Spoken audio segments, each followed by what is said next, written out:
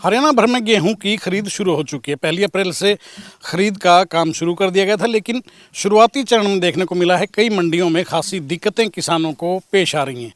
Gate पास issue होने में वक्त लग रहा है या फिर सर्वर डाउन होने की वजह से खासी परेशानी है। तमाम इश्यूज़ को लेकर बात करने के लिए फिलहाल हम लोग पहुँचे हैं। मोनिका नैन हैं, किसान नेत्री हैं, किसानों की राजनीति करती रही हैं लंबे समय से।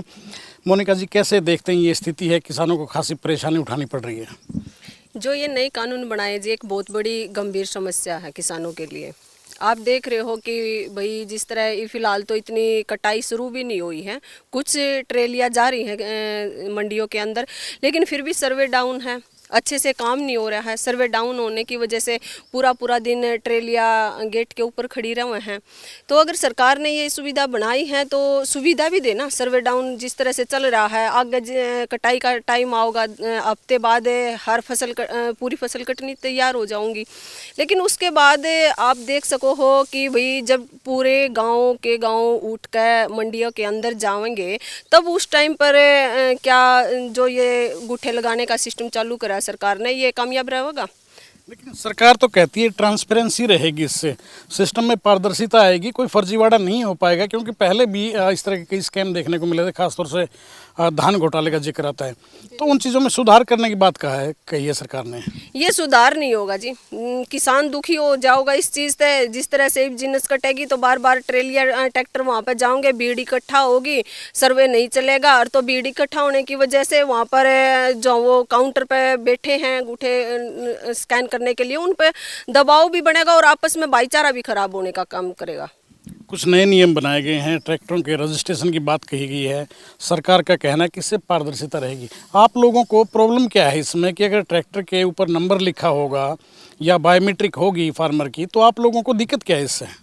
दिक्कत हमें कोई दिक्कत नहीं। चलो सरकार ने बनाया, कुछ सोच कर ही बनाया होगा। सरकार हर बार किसान के लिए एक नए कानून बनाने लग रही है, लेकिन वो किसान के हित में तो होते नहीं हैं। हर बार सरकार के हित में हुए हैं, लेकिन सरकार ने बनाया है तो कम से कम इतना तो सोच ले, वो किसान के लिए जो कानून बना रहे हैं, क्या वो कानून किसान के लिए लाभदायक भी है कि नहीं है? क्या वो कानून जो बनाए गए हैं वो सही है कि गलत है? जिस तरह से ये गुठा लगवाने का काम करेंगे, लेकिन किसान एक गांव से आप ये सोच के देख लो, 10-10, 15-15 हज़ार ट्रेली मंडियों के अंदर जाएंगी।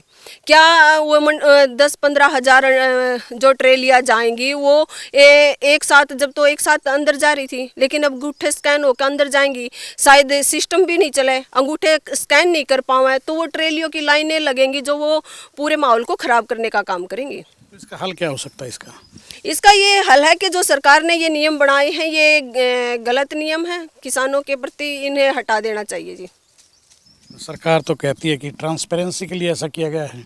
सरकार तो बहुत कुछ कहा है जी, लेकिन जो सरकार ने कही है वो तो आज तक पूरे काम करे नहीं है। सरकार सिर्फ अपना फ़ायदा देख रही है कि इसमें हमारा कितना फ़ायदा है। किसानों का फ़ायदा तो सरकार ने आज तक देखा नहीं है।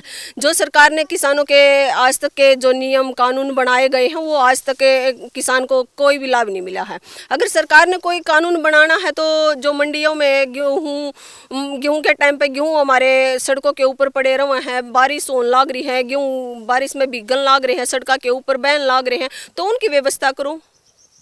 मंडियों की अगर जिक्र करें तो एडमिनिस्ट्रेशन का कहना है कि चाक चौबंद व्यवस्था की गई है। किसान भाई अपनी फसल लेकर आएंगे तो यहाँ उनके पीने के पानी से लेकर तमाम व्यवस्थाएं हैं। आप कैसे देखते हैं?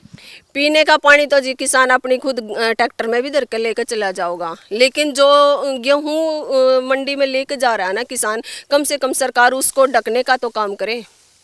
क्या त्रिपाल वगैरह की व्यवस्था नहीं मिल रही क्या मंडियों में? आपने पिछली बार भी देखा होगा और अब की बार देख लेना, कभी भी तरपाल की तो कोई सुविधा हुई है नहीं है। हर बार वीडियो वायरल होती रहा है कि भाई देखो किसान का अनाज है किस तरह से नालियों के अंदर बह जाने लग रहा है। शुक्रिया जी।